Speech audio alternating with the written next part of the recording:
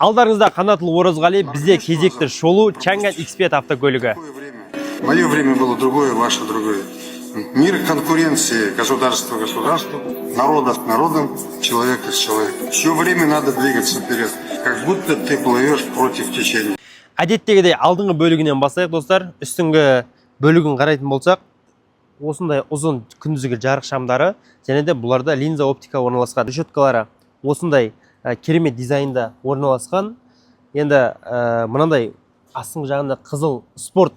Бұл енді кішігірім спорттау көлік қой негізі. Көріп отырсыздар ма? Дизайн жағынан да Чанган 55 плюспен базасы барлығы почти бірдей. Бұл жерде сыртқы көрініс жағынан бұл спортқа жақын көлік. Ұзындығы 4540 мм, және де дөңгелек базалары 2750 мм.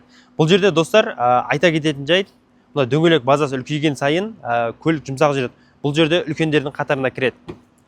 Енді ішкі бөлігіне келетін болсақ, міне осындай бұлар өзі 2000 рестайлинг, бұл рестайлинг версиясы деп атылады. Рестайлинг версиясында тек осы кожа персик деп айтылады. Персик қандай түсіні өзі?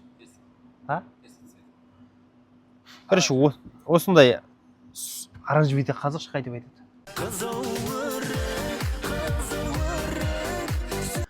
Достар, бұл автокөлікте, бұл Чанган X5 автокөлігі рестайлинг деп атылады. Дәл осы тұрысы. Бұдан алдыңғы версияларында мына сидінасы қара болып өзгерген негізі. Ал бұл именно осы келіп жатқанда 2025 болсын, 26 болсын, тек осы свет қой. Оранжевый, жаңа персик свет дейді. Енді давайте оталдырып консольдарына келейік. Рульнің сол жағында көліктің жүрісіне, мысалы, круиз контроль бар, соның барлығына жауап береді. Ал оң жақ бөлігі мына мультимедиаға жауап береді, достар. Енді алдыңғы көрісі дәл осындай, міне көріп отырсыздар ма? Әдемі орналасқан. Бұл жерде мультимедиа жүйесі. Мультимедиа жүйесі қазіргі таңда орысшаға ауысты, бірақ енді бұның мультимедиасы сәл түсініксіздеу негізі. Чанган, открой люк.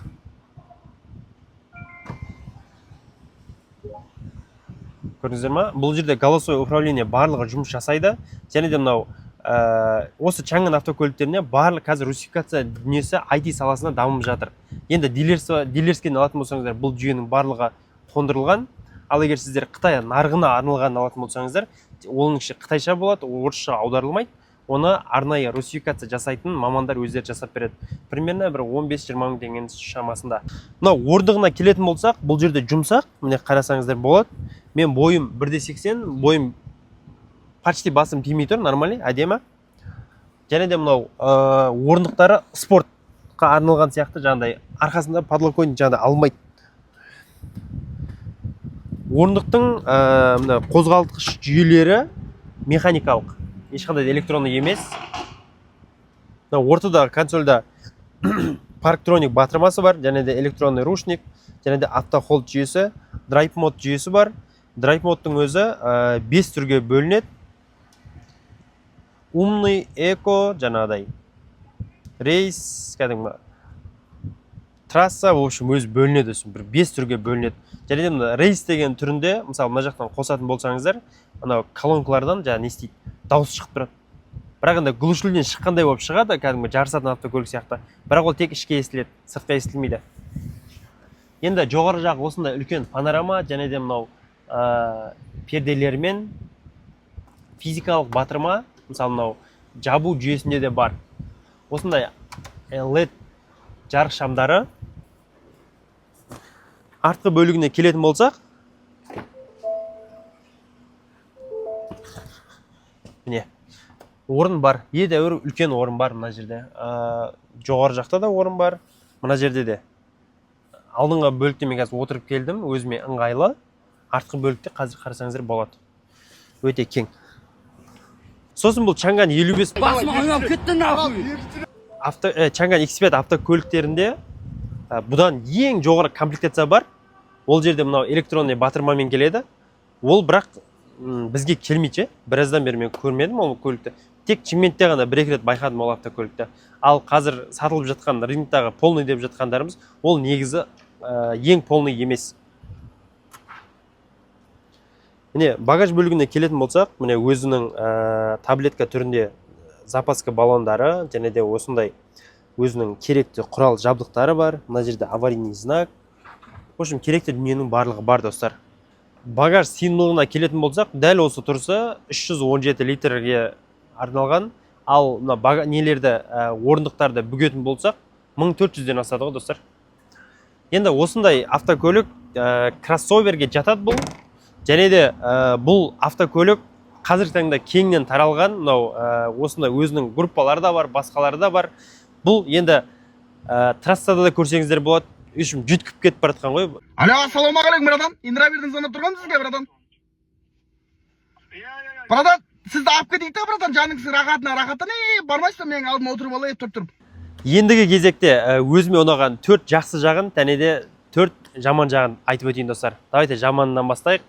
Енді өзіме ұнамаған деп айтайын, ішкі жүйесіне келетін болсақ, мысалы мынау қоңыр былғары тез кірлейді, шыны керек, бұны постоянно жаңағыдай жуып отыру керек, тазалап отыру керек. Екіншісі, мына мультимедиасының түсініксіздігі. Мысалы, сен YouTube көргің келеді, басқа көргің келеді, сол уақытта уже андай сәл түсініксіздеу, шыны керек ше. Обычный көліктерден қарағанда мен үшін бұл түсініксіздеу. Ал үшіншісіне келетін болсақ, мына робот қорабының мысалы кідіруі, мысалы бірден пробкада тұрған уақытта бірден басасын обгон аламын дейсің ғой, сол уақытта 1-2 секундқа кешігуі разгон алуының. Ал төртіншісі мына шумоизоляцияның нашарлығы. Ал жақсы жақтарына келетін болсақ, біріншісі осындай керемет дизайнда, спортты, астының биіктігі, мынау қызыл сызықтарының өзі жаңағыдай өзіне кәдімгідей сән келтіріп тұр ғой, сәнін келтіріп тұр. Ал екіншісі мысалы мына мотордың Гиннес рекордына кіргендігі және де өзінің ресурсы мықтылығында.